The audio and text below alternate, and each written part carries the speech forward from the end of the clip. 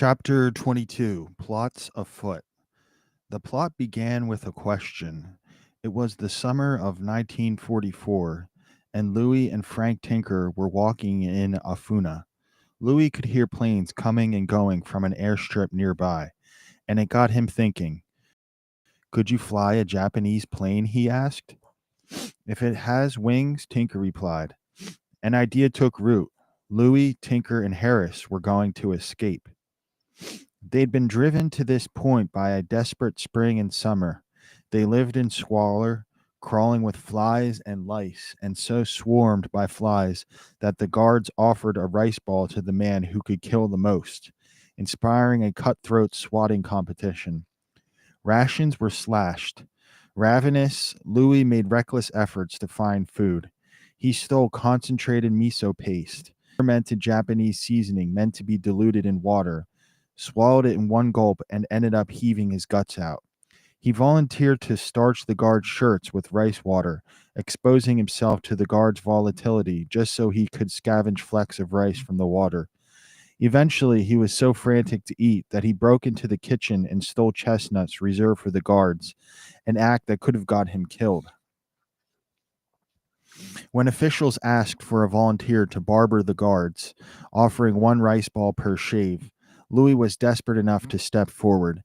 To his surprise, the guards expected him to shave not only their faces, but their foreheads, a standard Japanese barbering practice. A notoriously cruel guard called the Weasel came to Louis for shaves, but never paid him the rice ball.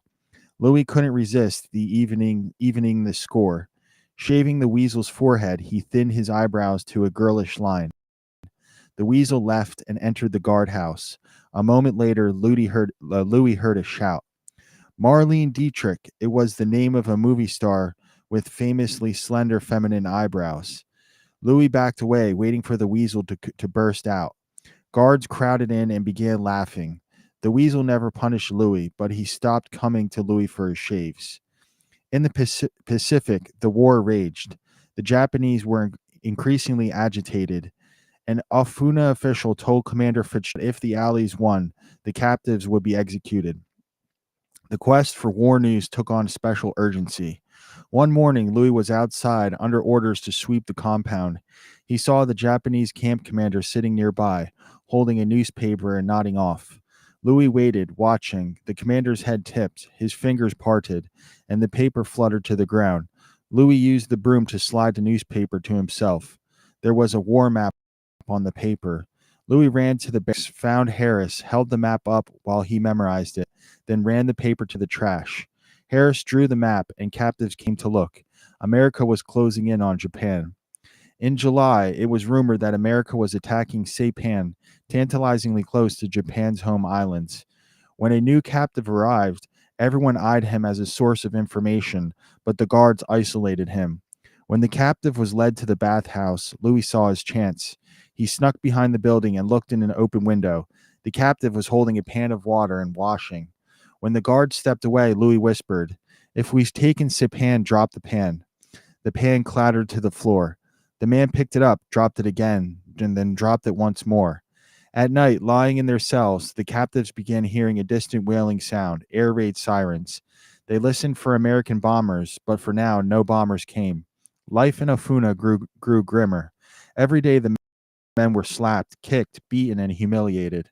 The quack was especially ferocious, unleashing explosions of violence that left captives spilled over the ground. Camp officials stole the rations, and the captives wasted away. The little food they were given was inedible. One day, when Louis saw fish, writhing with maggots, sitting in the captive's foot washing trough, he recoiled. The quack saw him, charged at him, and beat him. Later, the fish was ladled into Louis's bowl. Louis wouldn't touch it. A guard jabbed him behind the ear with a bayonet and made him eat it.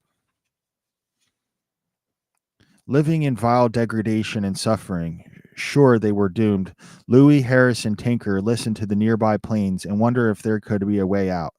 They decided to make a run for it, commandeer a plane, and get out of Japan. At first, they hit a dead end. They didn't know where the airport was or how they'd steal a plane. Then they got hold of a Japanese almanac filled with detailed information on Japan's ports, its ships and their fuel, and the distances between cities. It was all they needed to craft an escape. They discarded the plane idea in favor of escape by boat. Harris plotted a path west about 150 miles. At a western port, they'd steal a boat, cross the Sea of Japan, and flee into China. There was one especially worrisome problem. Hiking in Japan, they'd stand out, and not just because of their race. In a land in which the average soldier was 5'3", they were giants.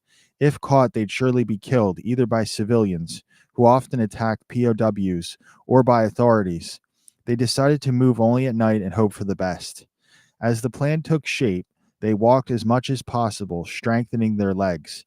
They studied guard shifts, discovered a patch of time at night when only one guard watched the fence.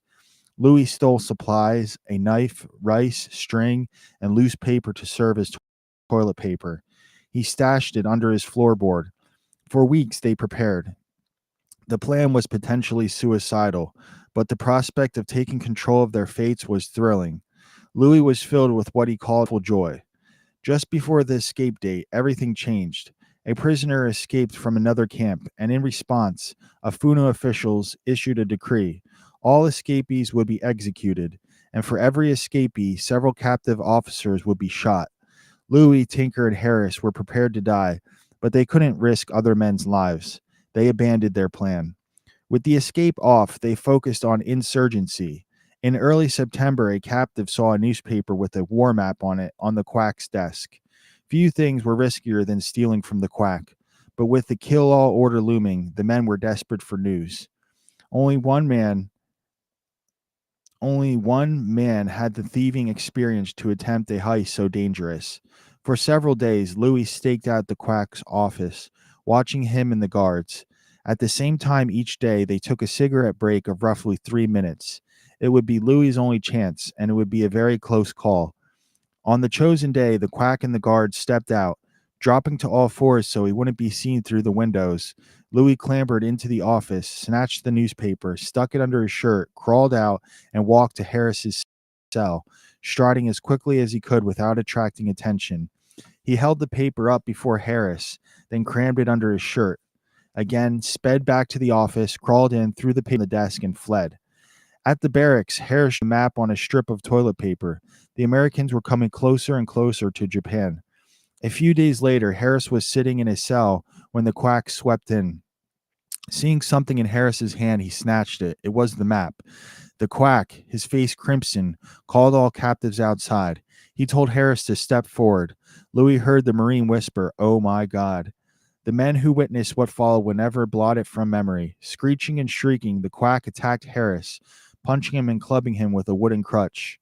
When Harris collapsed, the quack kicked him repeatedly in the face, then had other captives hold him up for more clubbing. On and on the beating went. Long last, when Long fell unconscious, 2 captives fainted. At last, raindrops began to patter over the dirt. The quack dropped the crutch, slid to the ground, panting. Dragged to his cell, Harris slumped wide open, but blank as stones. It was 2 hours before he moved. In coming days, he began to revive. Louis sat with him, helping him eat, but Harris could barely communicate. He wandered about, his face disfigured, eyes glassy. When friends greeted him, he didn't know who they were. 3 weeks later, on September 30th, 1944, the guards called Louis, Tinker, and several other men out. They were told they were going to a POW camp called Omori, just outside Tokyo. Louis hurried to his cell, hid his diary in his clothing, and said goodbye to Harris, and climbed on the... As it rattled away, he was euphoric.